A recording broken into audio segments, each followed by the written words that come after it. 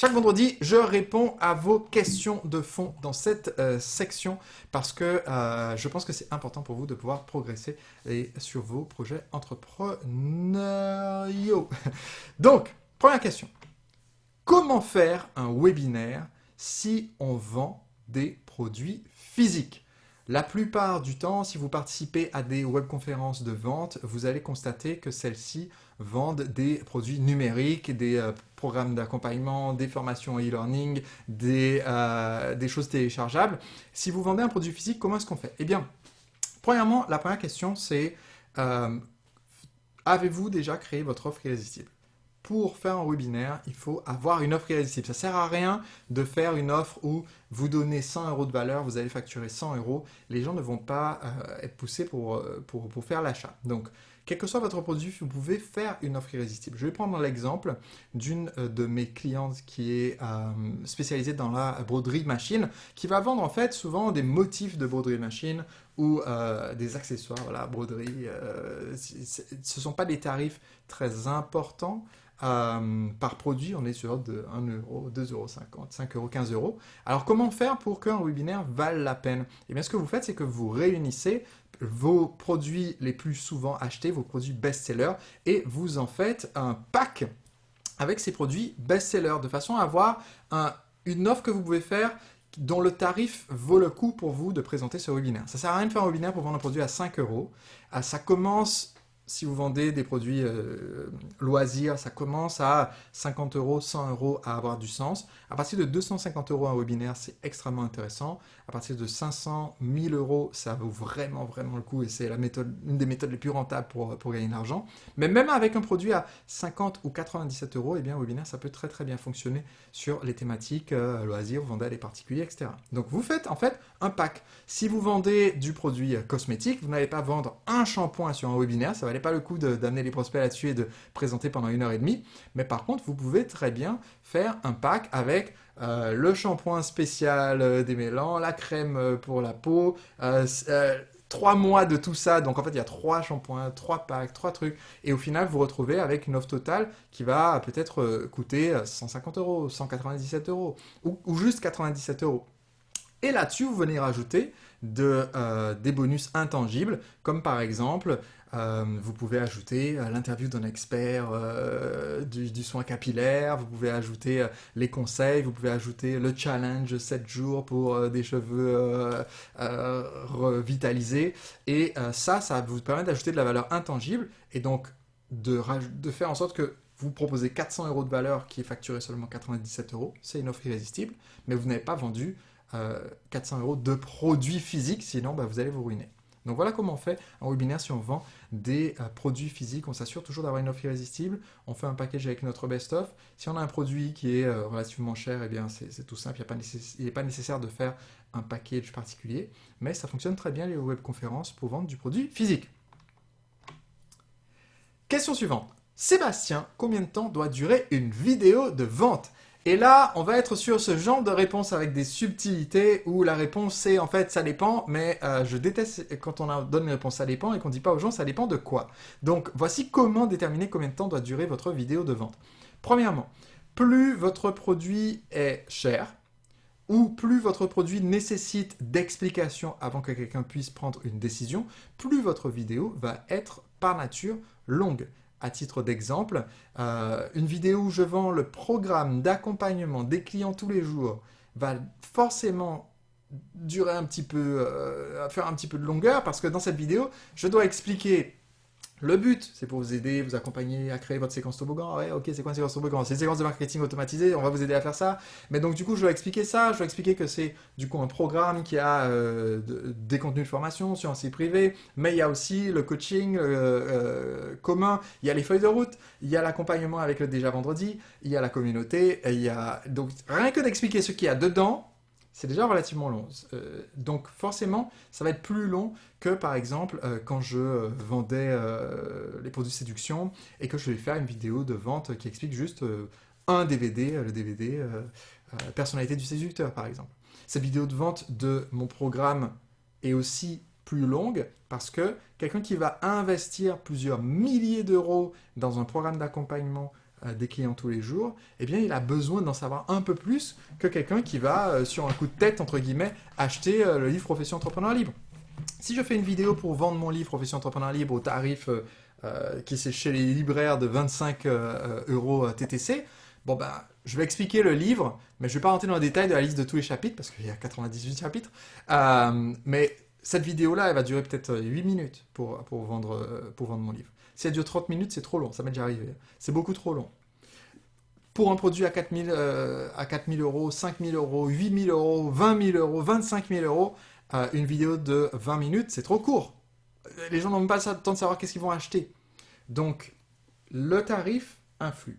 Le tarif, par rapport à ce que c'est, a aussi une influence. C'est-à-dire, si je vends ce livre à son tarif de 25 euros, vidéo de 8 minutes, ça va. Si je vends ce livre avec une offre livre gratuit, vous payez juste les frais de port, ou encore une offre livre gratuit et vous payez dans 15 jours si le livre vous a plu, je peux faire une vidéo plus courte à la limite, parce que là je ne demande pas grand chose. Si je fais une offre, vous payez juste le timbre 4 euros et vous recevez le livre qui en vaut 25, bah, ma vidéo peut être assez courte. Salut, c'est Sébastien, mon nouveau livre vient de sortir, mais l'éditeur m'en a envoyé 20 exemplaires où à la fin il manque la table des matières, donc du coup ils ne sont pas vendables en librairie. J'en ai 20, ce que je propose, je vous les offre gratuitement, vous payez juste les frais de port. Ce livre, il est vraiment super, vous devez l'avoir. Voilà, ma vidéo elle va durer 1 minute 30, c'est suffisant.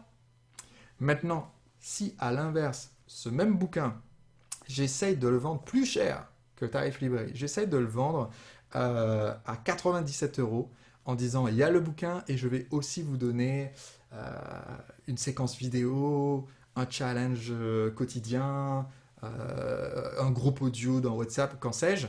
Et bien là, c'est plus compliqué parce que maintenant, je vais être obligé d'essayer de construire la valeur dans ma vidéo de vente pour que ça vaille le coup d'acheter le livre et pas juste de l'avoir dans la librairie ou sur Amazon pour 25 balles. Donc là, ma vidéo va être plus longue que les 8 minutes que j'aurais pris si je vendais juste à 25 euros. Donc voilà pourquoi la vidéo de vente, sa durée va fluctuer. Maintenant, une fois que j'ai écrit tout mon script pour ma vidéo de vente, et dans notre programme d'accompagnement, puisque la personne qui a posé cette question, tu en fais partie, je donne la structure, tout le modèle pour créer ta vidéo de vente à trous. Donc ça va répondre déjà à ta question. Mais une fois que tu as ça, eh bien, tu enlèves les longueurs. Parce que la réponse à la question combien de temps doit durer un message de vente, c'est toujours, en fait, il doit être aussi long que nécessaire pour tout dire, tout ce qui est important pour qu'on puisse prendre une décision. Pas que tu te retrouves avec des emails de gens qui disent ah ben ça va être intéressant mais j'ai pas acheté parce que en ce moment je suis pas intéressé par un programme en vidéo. Et en fait c'était pas un programme en vidéo que tu vendais, c'était un e-book, tu vois. Mais les gens n'ont pas compris parce que t'as pas tout dit dans ton truc, t'as même pas dit le truc essentiel. Qu'est-ce que c'est, tu vois. Donc il faut dire toutes les informations importantes, le prix, la garantie, qu'est-ce qu'on reçoit, quand est-ce qu'on le reçoit, comment on le reçoit. Mais aussi, une vidéo ne doit jamais être suffisamment longue pour que ça soit ennuyeux et avoir des informations dont on n'a pas besoin et qui fait qu'on perd les personnes. Donc c'est important de re-regarder avec le recul et de couper en fait les longueurs et les répétitions.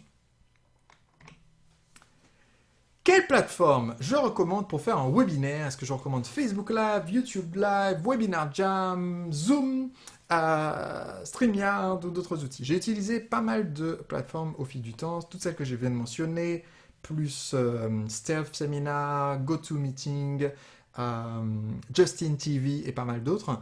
Et en fait, aujourd'hui, il existe des super outils qui permettent de faire votre présentation, votre webconférence à moindre coût et d'autres qui sont un peu plus chers. Donc, qu'est-ce qui fait la différence? Quand on fait un webinaire, ce qu'il faut comprendre, c'est que le critère numéro 1 de succès de mon webinaire, dans ce que je dis, c'est mon offre irrésistible et l'accroche de mon webinaire. J'ai un webinaire sexy, pas trop long et intéressant, et une offre irrésistible à la fin. Le webinaire, il va fonctionner. Ça, c'est le contenu.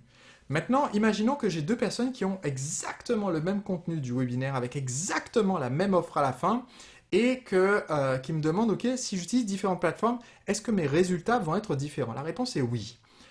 Parce que une fois que j'ai mon contenu, ce qui fait la différence sur la performance de mon webinaire, eh bien, c'est la capacité à choper et à garder l'attention des internautes qui vont participer à ma webconférence. Et pour cela, eh bien, différents outils ont des résultats complètement différents. Vous voyez par exemple, si je diffuse ce déjà vendredi sur Facebook Live et sur YouTube Live en même temps, eh bien, j'aurai pas du tout les mêmes résultats. Sur YouTube Live, le temps moyen de visionnage sur un déjà vendredi qui peut durer, quand sais-je, 30 minutes, le temps que je réponds à toutes les questions, ou 45 minutes, eh bien, le temps moyen de visionnage sur la vidéo YouTube sera peut-être de 8, 10, 12 minutes. Sur Facebook, le temps moyen de visionnage de la vidéo sera peut-être de 37 secondes, ou peut-être 1 minute 12, mais il ne sera pas du tout le même. Si j'avais présenté cette même session en direct et que je la présente sur Zoom ou sur GoToWebinar, les gens sont un petit peu captifs et donc le temps de visionnage sera différent. Donc pour un webinaire ou une webconférence qu'on va présenter en direct, le meilleur outil, c'est celui où les gens sont dans un environnement captif et on occupe tout leur écran, ils peuvent rien faire d'autre. Et donc dans ce cas-là, les meilleurs outils, ça va être des outils comme Zoom, comme GoToWebinar, parce qu'on peut faire ça dans Zoom. Quand vous lancez, là je coupe le partage écran, vous lancez un partage d'écran dans Zoom, clac, ça prend tout l'écran sur la personne, il ne peut plus surfer, c'est nickel, on a son attention pendant un bon moment. Donc ça c'est le mieux pour me présenter en live.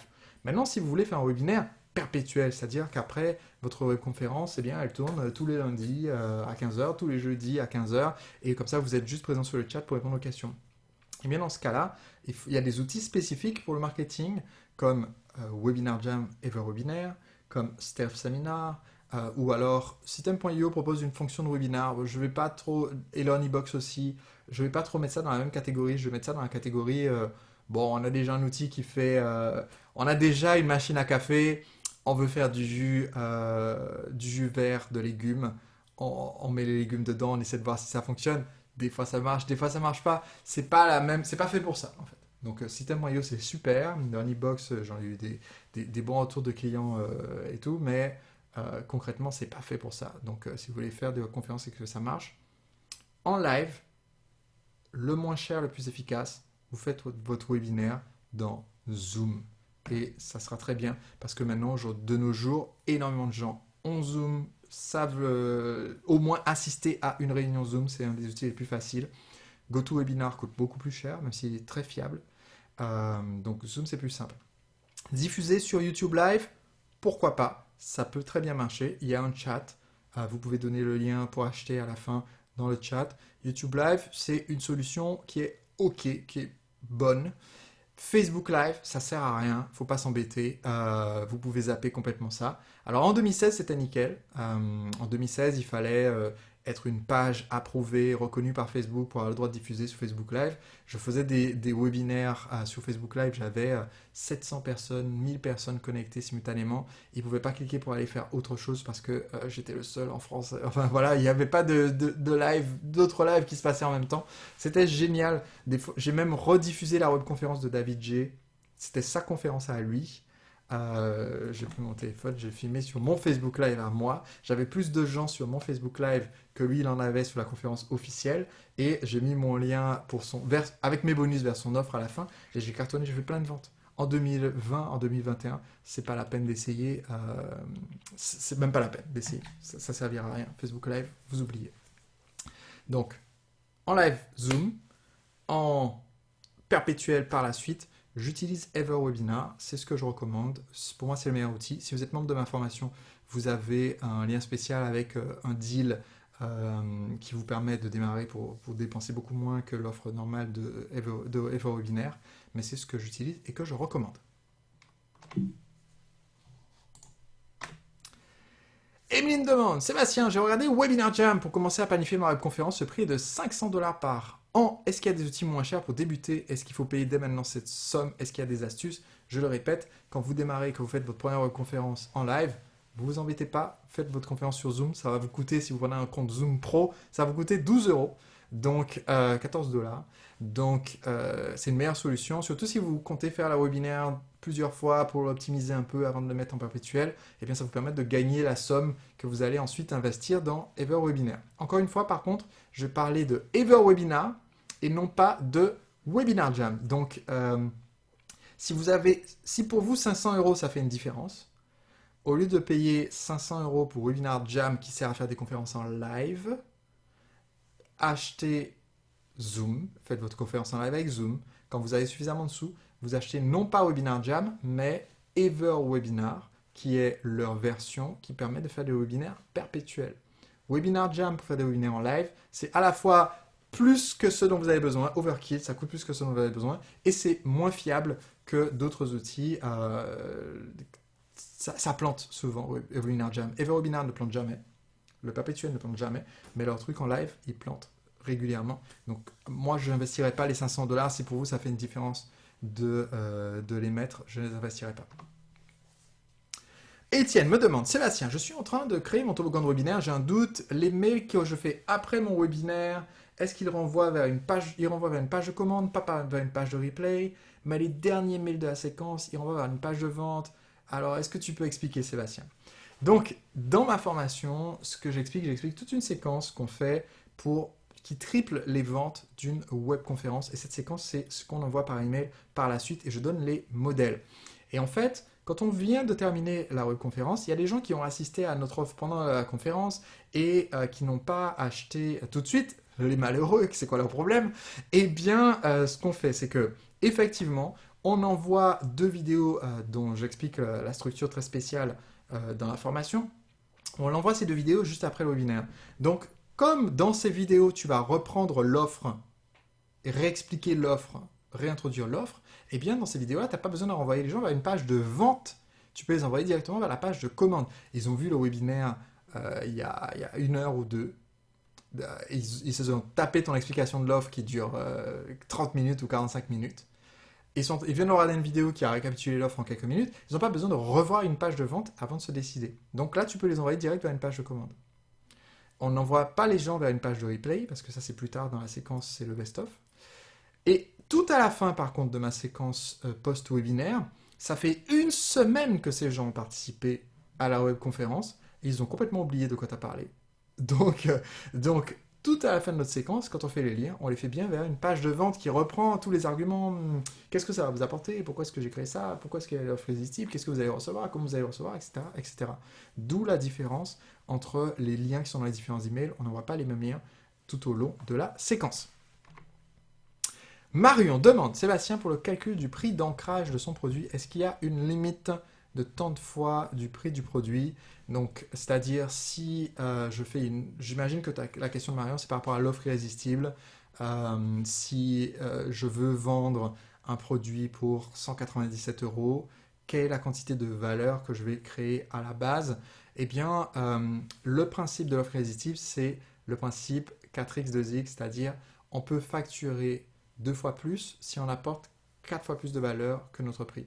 Donc, ça veut dire quoi? Ça veut dire que si mes concurrents, ils apportent 100 € de valeur et ils facturent 100 €, moi, si j'apporte 800 € de valeur, je peux facturer 200 €. Je suis plus cher que mes concurrents, mais en même temps, je suis aussi meilleur marché. Au kilo, je suis meilleur marché parce que j'apporte plus de valeur par euro dépensé. Donc concrètement, si on veut être sûr qu'on fait une offre irrésistible, notre prix que nous facturons doit être 4 à 8 fois inférieur à la valeur qu'on amène. Tu veux facturer 197 €, tu dois apporter entre 800 et 1600 € de valeur au client. Si tu fais ça, ton offre est une offre irrésistible. Pas besoin d'aller jusqu'à 4000 €, parce que là, là, c'est de l'exagération, c'est de l'hyperbole, si tu veux. Donc, si tu apportes 4000 € de valeur, tu peux très bien, pour ce produit, facturer 1000 €, donc 997, ça se vendra mieux que 1000, et ça se vendra très bien, tu vois. Mais là, être entre 800 et 1006 de valeur que tu apportes dans ton offre est largement suffisant. Comment définir une garantie pour mon produit? Je vais prendre l'exemple de 2 personnes qui font partie de notre programme d'accompagnement des clients tous les jours, de Laetitia et de Dominique. Dans le cas de Laetitia, ils vendent des plants de bambou qui seront plantés en terre. Du côté de Dominique, qui est dans l'alimentation avec de la vente donc de la vente de repas sur place ou à emporter, eh bien, comment garder une garantie? Parce qu'évidemment, si vous dites au client repas emporté et notre garantie c'est que ça vous plaît, Sinon, mangez tout le plat et si ça vous a pas plu, on vous rembourse. Vous allez avoir des petits malins, hein. Ça va faire un petit peu bizarre. Donc, comment est-ce qu'on fait pour définir notre garantie? Eh bien, c'est tout simple. Le principe phare qu'il faut retenir quand on choisit notre garantie, c'est quel est le problème fréquemment rencontré par mes clients sur le marché, quand ils achètent nos produits, les produits des concurrents, quand ils cherchent une solution. Quel est le problème fréquemment rencontré par les acheteurs sur ce marché, les clients, que je m'engage à résoudre? Donc je ne crée pas une garantie juste parce qu'il faut une garantie de satisfaction, allez, et je copie-colle. Non, je me pose vraiment la question. Et parmi les garanties les plus célèbres du monde, je cite souvent les deux plus grands classiques, celle de Federal Express, FedEx, qui quand ils se sont lancés, ils se sont dit, bon ben ok, nous ce qu'on résout comme problème, c'est que les gens en fait, quand ils envoient leur courrier, ils ne savent pas quand est-ce que ça va arriver. Et c'est un problème parce qu'il y a des gens qui sont dans l'urgence, ils sont sûrement prêts à payer beaucoup plus si on peut leur garantir que le courrier arrive demain. Donc la garantie de FedEx, c'était, bah en fait, ça va arriver demain. Sinon, c'est gratuit, sinon c'est remboursé, sinon on vous dédommage en fait. Idem pour Domino's Pizza, qui quand ils se sont lancés ne faisaient pas des meilleures pizzas que les autres, hein. C'était certes des pizzas fraîches, c'est-à-dire ils viennent de les préparer, mais elles étaient atroces, elles n'avaient pas très bon goût. Mais la différence, c'est que Domino's Pizza, ils se sont rendus compte qu'en livraison, à cette époque, on est sur la fin du XXe siècle, hein, ça commence à dater maintenant, eh bien les livraisons, vous recevez votre pizza, vous ne savez pas quand, peut-être 1 heure ou 1h30 plus tard, elle est froide, elle a un goût de carton, c'est désagréable. Donc Domino's Pizza a été très malin. Quand ils se sont lancés, leur idée c'était tout simplement, bah, en fait, nous nous engageons à ce que vous receviez votre pizza dans les 30 minutes, sinon elle est gratuite. Et ça fait la différence. Donc la question c'est, pour ton produit, pour ton service, quel est le problème que rencontrent fréquemment les clients ou qu'ils ont peur de rencontrer et que tu peux résoudre. Et si je prends notre exemple sur de l'alimentation, donc je sais que Dominique, qui est le fondateur du restaurant Le Hamac Créole à Nice, eh bien, si je donne un exemple, c'est pas moi qui ai fait ton étude de marché, c'est toi qui l'as faite, donc c'est toi qui sais quelles sont les difficultés rencontrées par les clients classiquement avec de la nourriture créole à emporter ou autre. De mon point de vue, d'ancien niçois qui est tenté, malheureusement, qui a eu le malheur d'acheter des acras dans les magasins à emporter, ça m'est arrivé quand je suis arrivé à Nice, oh, des acras, super! Bah, de mon point de vue, je peux te dire, le problème que j'ai rencontré, c'est j'ai acheté des acras et j'ai failli m'étouffer, j'ai eu l'impression d'avoir mangé une chaussette roulée en boule déguisée en boulettes frites. Donc la solution, donc si tu veux, moi c'était ça mon problème, c'est en fait, il y a de la nourriture qui est vendue sous un look et une appellation antillaise ou créole, et qui clairement n'en est pas, c'est un mec qui a même pas lu Marmiton pour comprendre quelle est la recette pour faire des acras. Donc, si je devais faire un restaurant, si ça faisait partie des produits que je vends, je donne un exemple, je vends des acras, eh bien ce que je pourrais tout à fait dire, c'est euh, vous goûtez le premier, tu vois, quand les gens viennent chercher, etc. Vous goûtez un de nos acras, si vous ne trouvez pas qu'il est aussi bon que les meilleurs que vous ayez mangé sur une plage de Sainte-Anne, eh bien, euh, il est gratuit. Enfin, tu vois ce que je veux dire? C'est-à-dire, c'est pas nécessairement tout mon repas va pas être gratuit. Je vais pas attendre que le client ait mangé tout son repas pour qu'il revienne et qu'il me dise non, finalement, j'ai pas envie de le payer. Tu vois? L'idée, c'est plutôt que si c'est l'authenticité, c'est-à-dire le fait que ça soit similaire à ce qu'ils ont au pays, eh bien, tu peux juste leur dire voilà, quand vous venez sur place, tu peux faire une garantie qui est juste liée à ce côté authentique, tu vois. Quand vous venez chercher votre repas ou autre, eh bien, vous avez les acras qui sont offerts. Et si tu veux, l'idée, il faut trouver la formulation, mais c'est juste, voilà, vous allez goûter. Si vous ne trouvez pas que c'est aussi bon que les meilleurs acras que vous avez mangés à Sainte-Anne, et bien dans ce cas-là, vous pouvez nous dire non mais laissez tomber, j'annule ma commande, j'ai pas retrouvé la Guadeloupe et on vous facture pas un centime. Mais dans ce cas-là, le client il mange rien, hein, on est d'accord, il mange pas son repas. Ce que je veux dire dans la pratique, les gens ils sont arrivés là, ils ont la dalle, dans l'acra ils vont trouver qu'il est très bon et ils vont tout prendre, etc. Mais si tu veux, la raison pour laquelle on fait une garantie, c'est de un, on s'engage à résoudre un problème, et de deux, on fait cette garantie parce que ça montre qu'on a une telle confiance dans ce qu'on fait que on est prêt à le garantir. Et le but de la garantie, en fait, c'est pas tellement que le client se dit ouais, ben dans ce cas-là, ouais, c'est vrai, je risque rien, je peux toujours récupérer mon argent. Il y a un peu de ça, mais la force de persuasion d'une garantie, c'est aussi le fait que le client se dit bah clairement, s'ils sont prêts à nous dire ça, c'est qu'ils savent ce qu'ils font. Tu vois, je veux expédier mon courrier, je veux qu'il arrive le lendemain. Je ne choisis pas FedEx. Et reprenons, on est dans les années 80. Je veux expédier mon courrier, je veux qu'il arrive le lendemain. Je ne choisis pas FedEx parce que, parce que je sais qu'ils vont me rembourser si mon courrier arrive en retard. Parce que si mon courrier arrive en retard, je perds peut-être des millions. Mais je choisis FedEx parce que je sais que waouh, s'ils sont prêts à faire cette garantie, c'est qu'ils sont débrouillés pour que ça arrive. Donc, c'est tout à fait OK, pour terminer sur ce sujet, puisqu'il y a Chichi dans les commentaires qui dit voilà, mais c'est pas mesurable. C'est tout à fait OK de faire une garantie dont, qui reste, c'est jugé par le client. Il n'y a pas de souci. Quand je donne mon exemple avec les acras, le gars il vient, et il mange son acra, il n'est pas content, bah, tant pis pour lui, tu vois. Il n'y a pas de souci que ça soit jugé par le client, ça c'est tout à fait OK. Vous n'avez pas... La garantie, elle n'est pas là pour vous protéger, vous, elle est là pour protéger le client. Donc, si vous êtes en mode, ah oui, mais ça m'embête, parce que si je fais cette garantie-là, c'est les gens qui décident, bah oui, bah c'est ça le principe, hein, parce que sinon, ça serait un peu injuste si c'est vous, le vendeur, qui décidez de si on applique ou si on n'applique pas la garantie. Donc, il faut juste la choisir de façon à ce que vous faites pencher la balance quand même de votre côté. La personne elle s'est déplacée, elle est venue pour goûter nos acras. Je sais que si j'ai fait un bon job, la personne elle va pas manger un acra et dire alors certes il est très bon, je dirais ça vaut 9,5 sur 5 Sébastien ton acra, mais il y a 10 ans quand j'étais jeune et que j'ai fait mon premier voyage en Guadeloupe, j'en ai mangé un qui valait 9,8 sur 10. Donc tu vois, ton acra à 9,5, il n'est pas aussi bon que celui-là. Donc, au vu de ta garantie, je choisis de ne pas manger ce midi et de ne pas prendre ma commande. Ça va jamais se produire, quoi. Donc, il ne faut pas psychoter sur la garantie. Il faut faire quelque chose qui soit généreux, qui soit raisonnable et qui montre votre confiance dans ce que vous avez à proposer.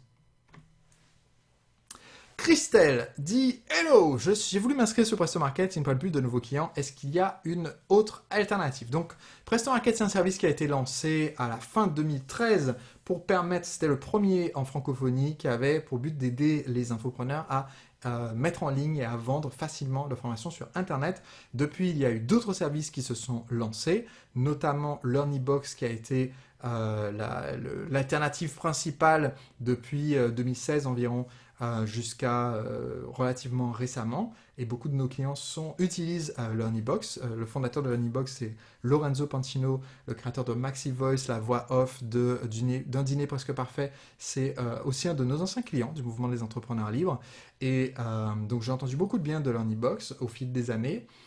Et également, un autre de nos clients, Aurélien Macaire, a créé System.io.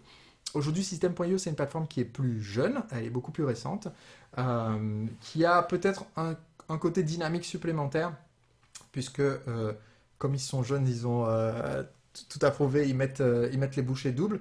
Aujourd'hui, c'est l'outil que moi j'utilise pour créer nos nouvelles séquences de vente. Je n'utilise plus ClickFunnels, je suis encore abonné parce que j'ai 110 pages réparties dans 23 toboggans différents dans ClickFunnels, donc c'est beaucoup de travail que de déménager. C'est pour ça que j'ai encore aussi mon compte dans Lead Pages ouvert en 2014, parce que j'ai 432 pages de capture, pages de vente et de conférences là-dedans. Donc je ne vais jamais les déménager, donc je suis abonné à vie quasiment. Mais donc aujourd'hui, toutes les nouvelles pages que je crée, toutes les nouvelles séquences, c'est dans System.io. Donc c'est ce que je recommanderais aujourd'hui, sachant que en tant que sympathisant du mouvement des entrepreneurs libres, on a un lien spécial qui est sur notre page de ressources qui te permet en fait d'utiliser System.io pendant un mois, je crois, gratuitement. Donc je te conseille, au lieu d'aller directement sur leur site, je te conseille de passer par le lien qu'on a donné, qu'on a posté dans la communauté pour ça, et comme ça tu as ta réduction. Quelle plateforme Ah, ça j'ai déjà répondu. Quand doivent être envoyés les emails avec les vidéos bonus quand on fait un toboggan de webinaire, c'est-à-dire quand on fait une séquence de webconférence? Eh bien, si je fais ma webconférence, eh bien, je vais envoyer, avant que les gens participent au live, je vais leur envoyer 2 vidéos bonus. Dans ma formation, j'explique en détail quelles sont ces vidéos, qu'est-ce qu'on met dedans, je donne même la structure à réutiliser pour votre vidéo, mais à quel moment est-ce qu'on les envoie? Eh bien, si vous utilisez un outil de webconférence pro, comme GoToWebinar, comme Webinar Jam, eh bien, ils vous permettent de programmer vos emails à reculons. Et ça, c'est le mieux. C'est-à-dire, vous programmez la conférence en disant elle a lieu jeudi à 20 h et vous pouvez la programmer les emails pour dire ben, j'envoie un email 1 heure avant, 3 heures avant, 6 heures avant, 24 heures avant, etc. Donc si vous avez un outil comme ça, eh bien les vidéos, on les envoie un jour avant et 2-3 jours avant. Donc la vidéo bonus 1, ça va être peut-être 72 heures avant ou 48 heures avant. Et la vidéo bonus 2, c'est 24 heures avant le webinaire en direct. Si par contre vous n'avez pas ce genre d'outil et vous faites avec Zoom ou autre, bah, vous faites vos emails vous-même manuellement, vous faites toujours le truc des 24 heures et des 48 heures. Si par contre vous essayez de faire quelque chose d'automatisé mais sans avoir des outils de webinaire automatisé, vous faites vraiment la solution de bout de ficelle, et bien vous faites comme moi je faisais à l'époque, et bien j'avais ma séquence de mails après l'inscription, c'est pas optimal, mais quand on s'inscrit, on recevait le bonus 1 à J+1 et le bonus 2 à J+2 de l'inscription. Donc pour certains prospects, il n'y a pas de souci, ça a bien lieu avant le live. Pour d'autres prospects, ben, ils se sont inscrits le jeudi à midi, mais le webinaire est jeudi à 19 h, ben, ils reçoivent le bonus 1 après le webinaire, le vendredi, et le bonus 2 le samedi. C'est pas super grave, c'est juste que il faut ajuster un peu la façon dont vous écrivez les mails, puisque du coup, quand vous envoyez ces bonus, vous n'êtes pas sûr que la personne n'a pas déjà vu le webinaire. Donc il vaut mieux utiliser les outils pro d'automatisation pour les webinaires, comme EverWebinar. Question de Fabrice. Bonjour à toutes et tous. J'ai fait mon étude de marché express. Je bloque sur la diffusion. Comment est-ce que je diffuse à un public susceptible d'être intéressé? Je pars de zéro. Je pensais diffuser sur Facebook, mais la fonctionnalité n'existe plus. Payez-vous sur VMonkey. Alors, plusieurs choses, Fabrice, pour diffuser ton sondage dans le programme des clients tous les jours, dans l'information à la machine à vendre. Je donne 7 méthodes. 7 ou 9? Je crois au moins 7. Je donne 7 méthodes pour diffuser ton étude de marché express. Donc, je ne vais pas détailler les 7 méthodes ici. Maintenant, spécifiquement, si tu veux diffuser ton sondage via Facebook, eh bien, nous avons aussi dans la formation la procédure qui explique comment créer les pubs Facebook pour ça. Mais en fait, ce n'est pas dans ton outil de sondage que tu actives une fonction de diffuser sur Facebook. C'est, tu dis à ton outil de sondage, si tu utilises sur VMonkey, donnez-moi mon lien, s'il vous plaît. Il te donne un lien. fr.surveymonkey.com/r/sondage Fabrice Philippard. Tu prends ce sondage, ce lien, et c'est toi qui le diffuses. Tu le diffuses d'abord à ton réseau faible en utilisant la méthode enseignée dans la formation. Donc tous tes amis, contacts professionnels, l'association des parents d'école, les voisins de quartier, tout le monde, tu envoies tout le monde pour qu'ils le fassent suivre aussi autour d'eux. Et ce lien, tu le mets dans Facebook avec ton descriptif publicitaire qui se trouve aussi dans l'information pour faire la promotion de ton sondage. Et donc tu peux faire tout ça sans avoir à payer SurveyMonkey. Tu peux le faire même si tu utilises des outils gratuits comme Google Forms, mais aussi avec la version gratuite de SurveyMonkey. Question de Laurent. Bonjour, pour pouvoir faire une pub conversion dans Facebook, là on est sur les questions pointues, à quelle version de SurveyMonkey dois-je utiliser? Parce qu'effectivement, pour rediriger les gens à la fin du sondage, SurveyMonkey demande de payer et aujourd'hui, il faut passer à une sacrée addition pour payer. C'est pourquoi, je rappelle que dans le cadre de notre challenge, etc., je ne recommande pas d'utiliser SurveyMonkey aujourd'hui. Si vous avez une autre solution gratuite, la meilleure solution gratuite, ça va être Framaforms ou Google Forms, ou d'installer le plugin WP Forms sur votre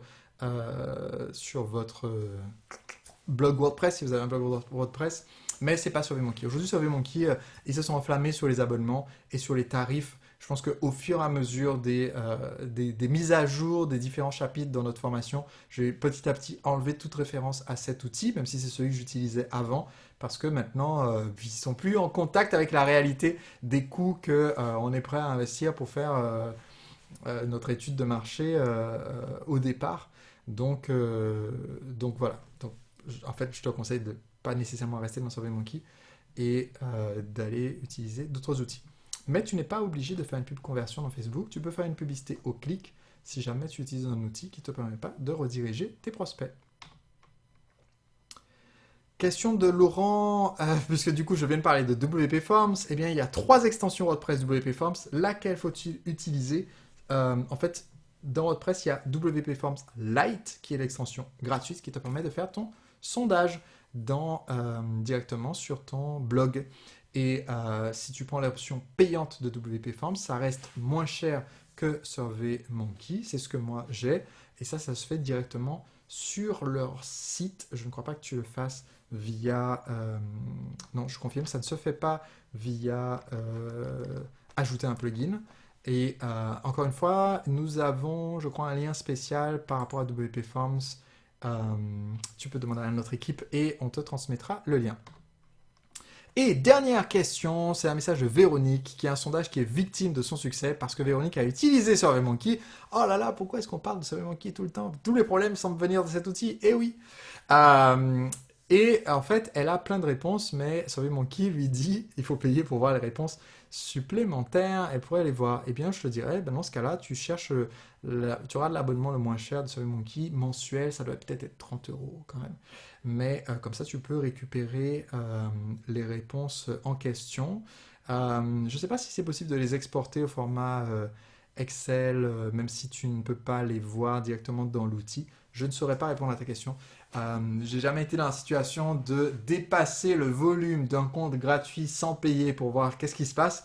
Donc, à ce stade, tu as le choix de payer ou de passer par autre chose. Par contre, j'insiste, il ne faut pas, en tant qu'entrepreneur, on ne peut pas se permettre de se dire, ok, je me limite, comme tu dis à la fin de ton message, ah, j'aurais voulu envoyer mon sondage à des personnes, mais je ne pourrais pas lire leurs réponses, donc je n'aurai pas le sondage. Dans ce cas-là, la solution, c'est tu recrées ton sondage dans un autre outil ou avec un autre compte SurveyMonkey si tu insistes pour utiliser cet outil que je ne recommande pas nécessairement, mais tu recrées ton sondage dans Google Forms, tu dupliques le nôtre qu'on t'a donné dans la formation et tu envoies ton sondage à ces personnes. Il ne faut pas se limiter, c'est comme les gens qui disent ah, je ne veux pas gagner plus que 30 000 € sinon je ne pourrais plus être auto-entrepreneur, ou je ne veux pas gagner plus que tant sinon je passerai dans une tranche d'imposition supérieure. Maintenant, à un moment donné, si on veut se développer, il faut oser voir grand, il faut oser continuer d'avancer et penser plus grand. C'est comme ça qu'on avance, c'est comme ça qu'on se développe. Donc, maintenant, petit rappel. Vous le savez, c'est déjà vendredi et chaque vendredi, eh bien, je vous demande tout simplement, je vous pose 3 petites questions et je vais vous demander de me répondre dans les commentaires. Qu'est-ce que vous avez fait depuis vendredi dernier et qu'est-ce que vous prévoyez de faire d'ici à vendredi prochain? Est-ce qu'il y a quelque chose qui vous bloque? Comment est-ce que vous avancez? Dites-le moi dans les commentaires de ce déjà vendredi. Et je vous dis à vendredi prochain. Et que je vous souhaite une très très belle semaine. Et quelles que soient les incertitudes qui nous entourent, souvenez-vous, nous les entrepreneurs libres, c'est nous qui sommes là pour changer l'ambiance dans le monde aujourd'hui, pour apporter ce dynamisme, cet esprit positif, ce feu sacré. Et donc, je compte sur vous pour garder ce feu sacré pendant la semaine qui vient.